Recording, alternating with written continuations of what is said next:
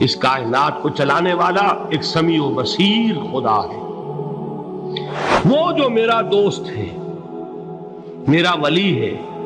اللہ ولی الذین آمنوا یخرجہم من الظلمات الی النور۔ اللہ اہل ایمان کا ولی ہے، ساتھی ہے، پشت پناہ ہے، مددگار ہے، حمایتی ہے۔ بتائیے جسے یقین ہو جائے کہ اللہ میرا مددگار، اللہ میرا محافظ، اللہ میرا پشت پناہ، اللہ میرا حمایتی، اس کے لیے کوئی خوف ہوگا؟ اس سے کوئی ڈر ہوگا؟ اگر یقین ہو کہ اللہ میرا مددگار اور یقین ہو کہ اللہ ہر آن میرے ساتھ ہے، پھر کوئی خوف؟ کس کا خوف؟ کوئی شے اللہ سے بالاتر ہے؟ کوئی قوت اس سے زیادہ طاقتور ہے؟ کوئی اس کے ارادے کو بدلنے والا ہے؟ کوئی اس کی مشیت کے آڑے آنے والا ہے؟ یہی بات ہے جو حضور نے فرمائی، یہ ایمان کا حاصل ہے لب لباب، کہ دیکھو اچھی طرح اس بات کو ذہن نشین کر لو، اگر تمام انسان مل کر تمہیں کوئی نقصان پہنچانا چاہے نہیں پہنچا سکتے، مگر جو کچھ اللہ نے لکھ دیا ہو، اور تمام انسان مل کر تمہیں کوئی نفع پہنچانا چاہے نہیں پہنچا سکتے، مگر وہ شے جو اللہ نے طے کر دی۔ آپ پھر میں کہوں گا ذرا طاری کیجئے، اسے فرض کیجئے، اسے سوچئے، اگر اس حدیث پر ہمارا دل ٹھکا ہوا ہو تو کسی سے ڈر ہوگا؟ یہ مجھے نقصان نہ پہنچا دے، یہ میری رپورٹ خراب نہ کر دے، یہ میری انکریمنٹ نہ رکوا دے، یہ میرا یہ نہ بگاڑ دے، یہ میرے یہ نقصان نہ پہنچا دے۔ اس کا ڈر، اس کا ڈر، اس کا خوف، اس کی خوشامد، اس کے لیے جا کر طرح طرح سے اپنی عزت نفس کو ذلیل کروانا اس کے سامنے، یہ سب کچھ کیوں کرتا ہے انسان؟ جب سمجھتا ہے کہ اس کے ہاتھ میں میرا کوئی نفع ہے، اس کے ہاتھ میں میرے لیے کوئی ضرر ہے، یہ مجھے کوئی غضب پہنچا سکتا ہے، یہ مجھے کوئی نقصان پہنچا سکتا ہے، یہ میرا کوئی کام بنا سکتا ہے، یہ میری کوئی ضرورت پوری کر سکتا ہے، اسی کا نام شرک ہے۔ جہاں آپ نے یہ سمجھا کہ غیر اللہ کے اندر کوئی طاقت موجود ہے، وہی شرک ہے۔ بتوں سے تجھ کو امید ہے، خدا سے نو امیدی، مجھے بتا تو صحیح اور کافری کیا ہے؟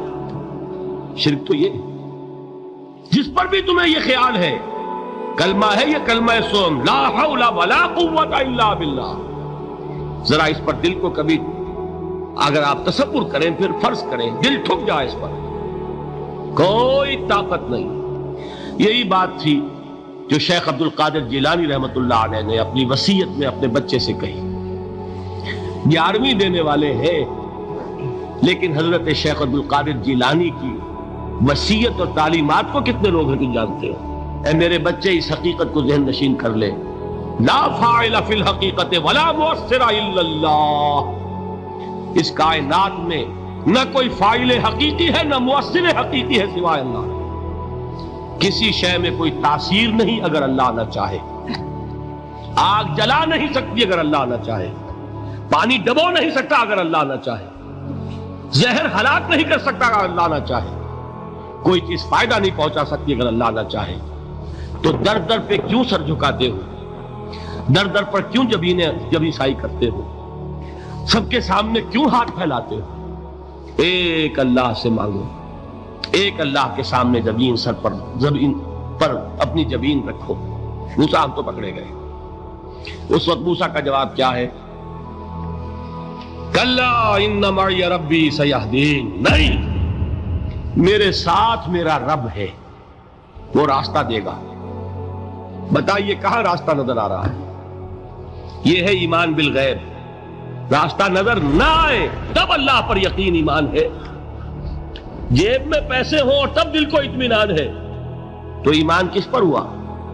پیسے پر، اللہ پر نہیں۔